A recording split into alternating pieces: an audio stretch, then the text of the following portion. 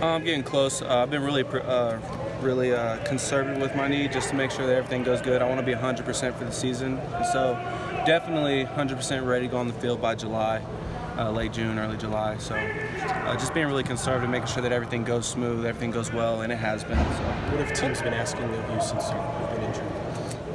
It's just been more like in the film room, just making sure that my knee is good, medical exams, just seeing for themselves that I'm healthy and that I'm making good progress. Rodney, you've always been a great workout guy, so rehabbing I don't think was a concern for you, but are you where you want to be? Are you ahead of schedule or behind schedule? You know your body better than anybody. Right, I think I'm right where I need to be. It's a long recovery process and it's tough, but I mean, like you said, I'm no stranger to work. I'm happy to do it and just get back on the field however I can. Have you done any football things yet? Just catching drills, handwork, stuff like that. Nothing too crazy, just because, like I said, we're being conservative with it. So. What will that process be like once you are able to get back out on the field? Are you going to try and individual workouts with teams, or? I mean, that's just all predicated off of how my knee's doing and what the doctors say I can and can't do. Like I said, I'm listening to them, and as soon as I'm released to go, I'm gonna hit it full speed. Are you confident still that some team is going to be convinced to pick you, even with the injuries, and that you can't go through workouts? Yeah, I mean, I'm confident, and I mean, maybe it's not what it would have been if I didn't get hurt, but I don't really think about that. It is what it is, and I'm working as hard as I can to just get that opportunity. How much is important the mental toughness that you need in this process? I think the mental toughness is a huge part of this process. Obviously, it sucks, and you get kind of down at the beginning of it. You want to be out there during the season with your teammates, but like I said, things happen for a reason, and just kind of got to take it in stride. What do you think about the buzz around Kyler leading up to this afternoon, and the talk that he could potentially be the #1 pick, things like that? I think that any team would be lucky to have him. I think he's a great athlete. I think he's a great teammate, and I think he should go #1. I feel like he's that kind of talent, and I feel like he showed that. So, like I said, great teammate, great athlete. Any team would be lucky to have him. What was your instant reaction whenever you heard all the fathers and negative talk about it? I'm sorry, what? What was your reaction when you heard all the negative talk about it? Look, I don't listen to negative talk. I mean, that's just some person's opinion, and they probably don't even really know him. So I feel like any negative talk surrounding Kyler is probably not backed up by anything substantial. So like I said, he's a great teammate, great athlete, and I actually know him. So.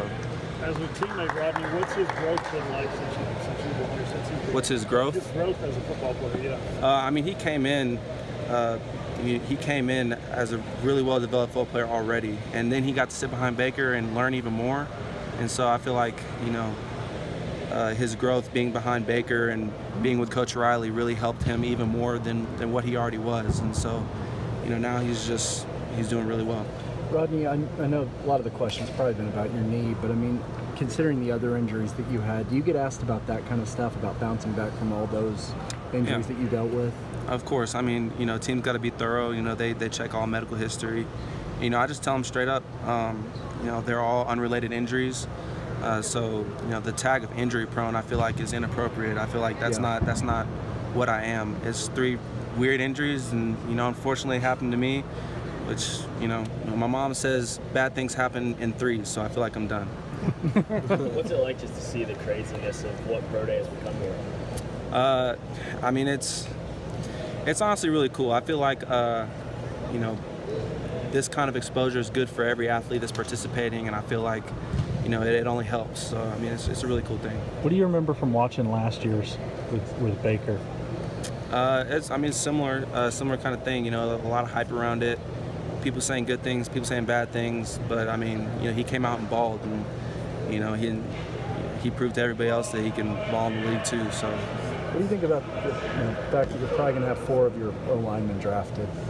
I mean, you could have asked me a year ago, 2 years ago, I'd have told you that. I mean, I'm not surprised that they were going to have 4 linemen drafted. They work hard and they deserve it. So. If you were a high school kid, how much did this impress you? This kind of pro day attendance. If I was a high school If kid? you're a high school kid thinking about Oklahoma, what would that have effect on you? Shoot.